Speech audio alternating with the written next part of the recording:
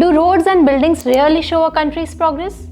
Hello and welcome to Newsreel Asia's Explainer series, where we explain political, economic, social and psychological concepts that help news readers like you understand the core of the stories you read and watch every day. I'm Harshita, and in this episode I'll talk about development or vikas, and particularly its less visible but essential aspect. When we picture development, the first things that come to mind are often visible and grand. Smooth highways, shiny airports, fast metros, tall towers and smart cities. These are easy to see, easy to count and look impressive in photos. That's why governments love to showcase them in billboards and campaigns. But is this really how we know a country is doing well? Do modern roads mean people are living fuller and freer lives? Development is also about the values a society holds and how people treat one another. It's what citizens believe in.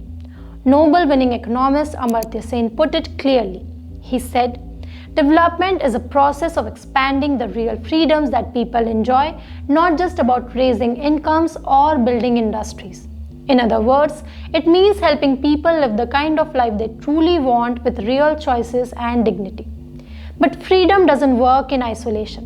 It depends on the world people live in, on how others behave, and how public life functions. That's why values like trust, fairness, and responsibility are just as important as roads and factories. And one way to see these values in action is civic sense. In a society that has truly progressed, people follow rules not because someone is watching, but because they believe it helps everyone. They dispose of garbage carefully because they care about public spaces. In Japan, for instance, school children clean their classrooms themselves. It teaches them early on that shared spaces deserve care. Now think of a city with new flyovers, but with pan stains and trash littered across it. The concrete may be new, but the habits haven't changed. The same idea applies to ethics. In a large democracy, there simply can't be enough inspectors or police to check every corner. So the system depends on people doing the right thing on their own. Political theorist Robert Putnam once said that the health of a democracy relies on norms, or those unwritten rules we follow because they feel right. If bribery becomes routine, if cheating is expected, public life will begin to rot. Even if a country's economy grows, its moral core will weaken. Picture two countries with the same income levels. One has fair elections, good public services, and trust in its institutions. The other sees frequent scams, vote buying, and services that only the rich can access.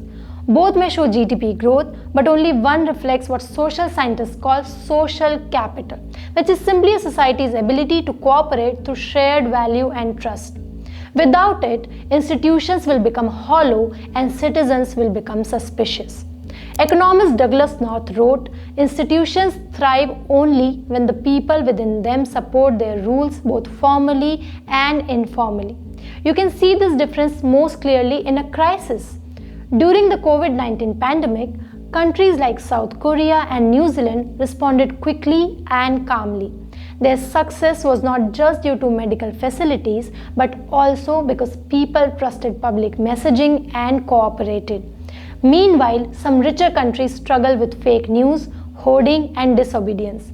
The issue wasn't money, it was whether people trusted each other and their institutions. Now, the government's role in this essential aspect of development is to create and maintain the conditions in which such norms can grow and stabilize. The state cannot directly manufacture trust or civic sense, but it can influence them through the structure and tone of its institutions.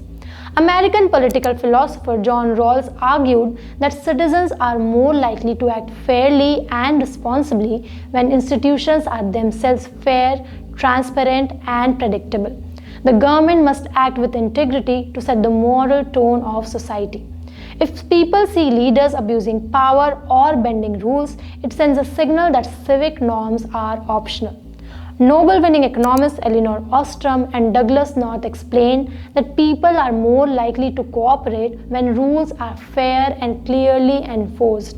That's because public trust grows when laws reward honest behavior and make it harder to cheat the system. One simple example is this.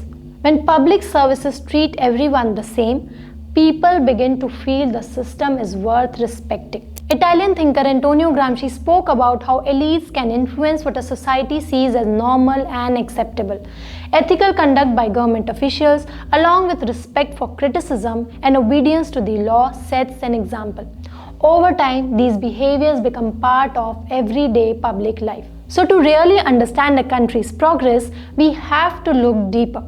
Do people really feel responsible for the places they live in? Do they act with care towards strangers? Do they stay honest even when no one is checking? Do they hold power to account and still follow the law? These are harder to track than how many kilometers of road were built. But they tell us much more about how strong a democracy really is. So let's remember this. Development includes more than roads and buildings. It also depends on a society's collective conscience. With that in mind, do you think India is truly progressing? Tell me what you think in the comments, and if you like this video, please don't forget to subscribe to Newsreel Asia's YouTube channel. You can find more ground reports, documentaries and written stories at www.newsreel.asia.